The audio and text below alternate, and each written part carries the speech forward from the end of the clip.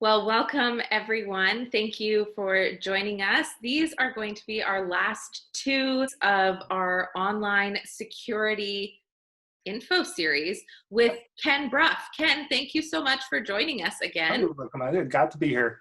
We have done 4 of these so far. We've touched on security. We've touched on good basic hygiene when it comes to your Yeah. computer and setting it up. We've talked about some scams and we've dove into passwords. And today we are going to talk about privacy Yes. because privacy and security are 2 different things. Is that right?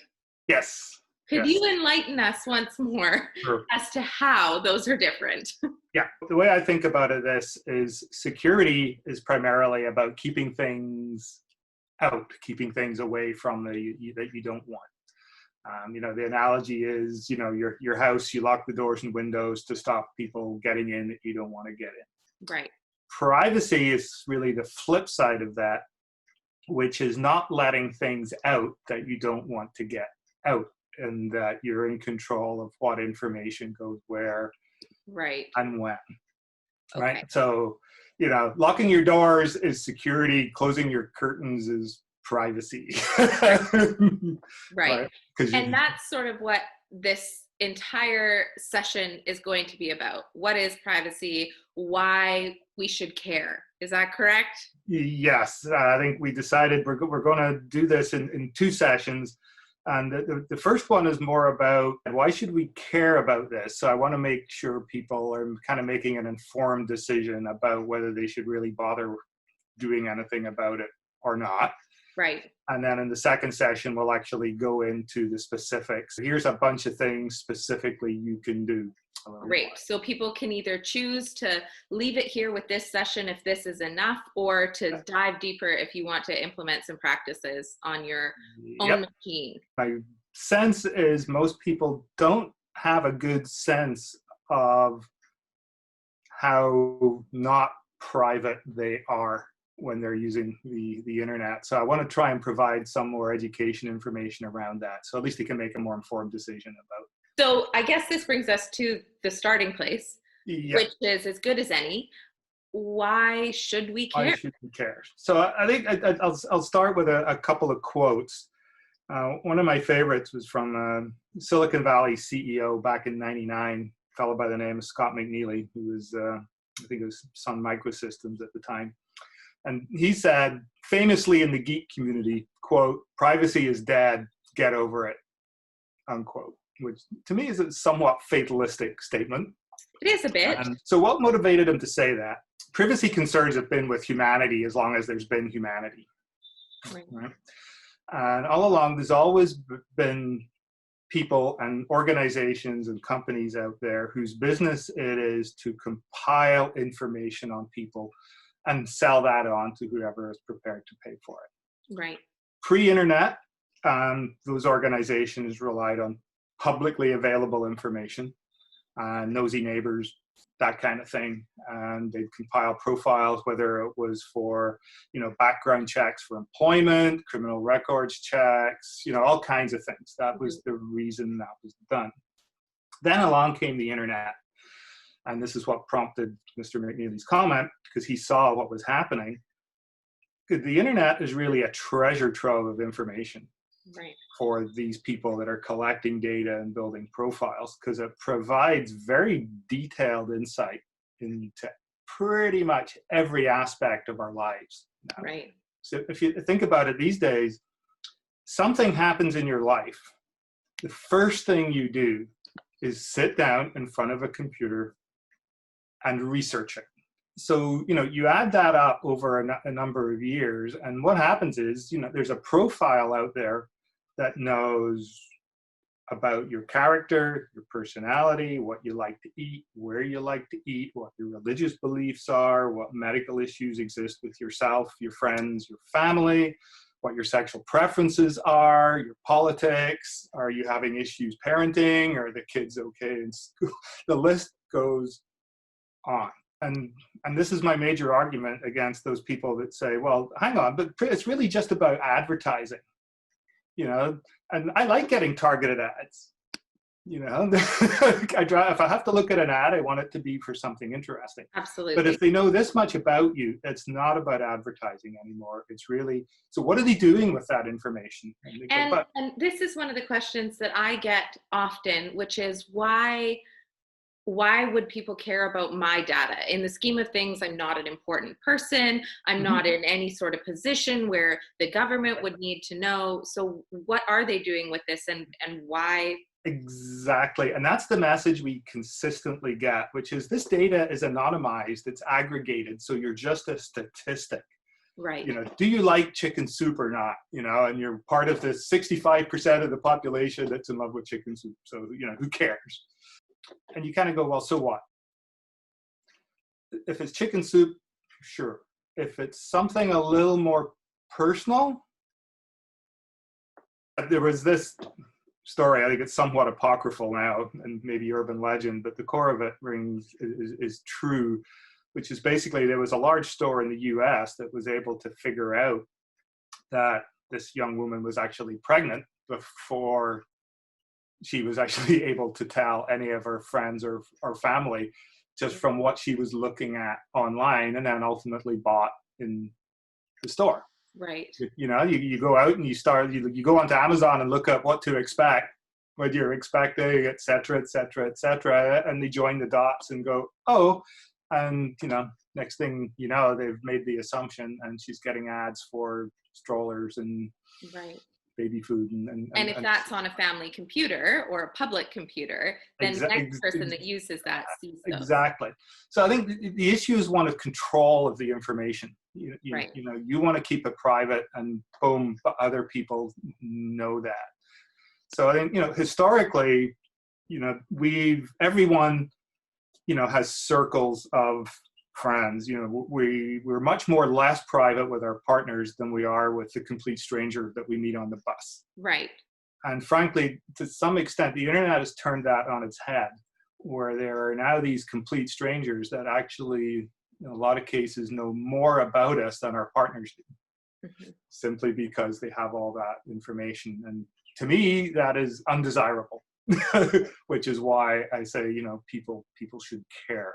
So, you know, it's not just about ads. And so, you know, all this other data may be considered an invasion of privacy, but at the end of the day, is there any real harm? Maybe you're uncomfortable that these other people have this info, but again, so what?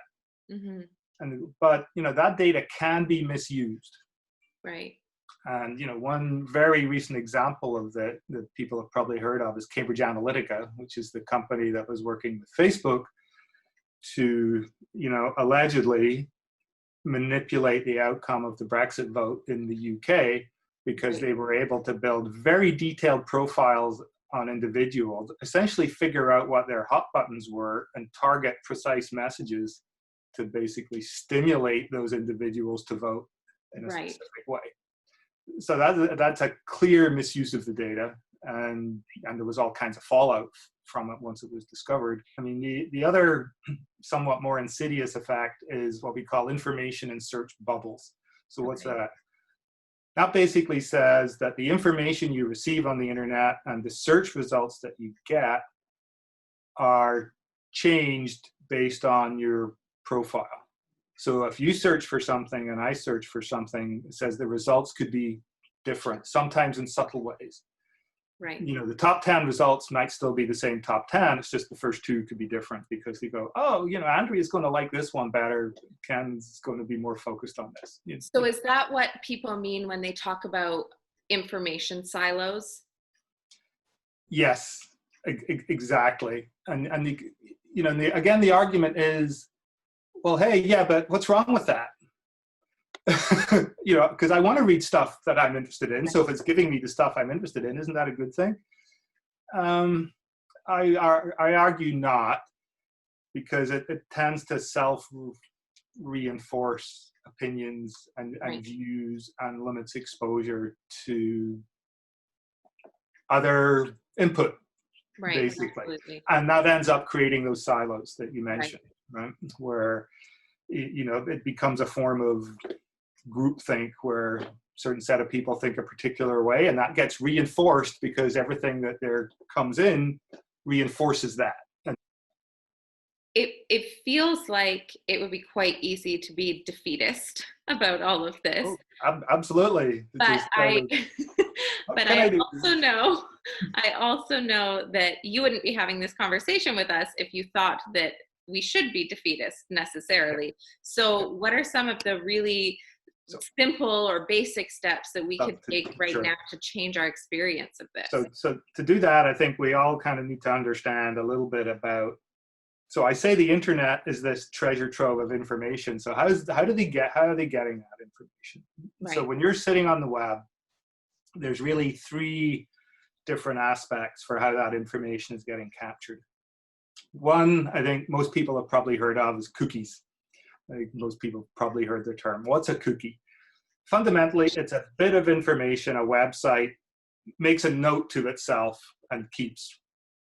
And those are quite useful. So it's things like shopping carts on sites. Cookies are what remember what you put in the shopping cart. So if you go away, come back the next day, it's still in your cart.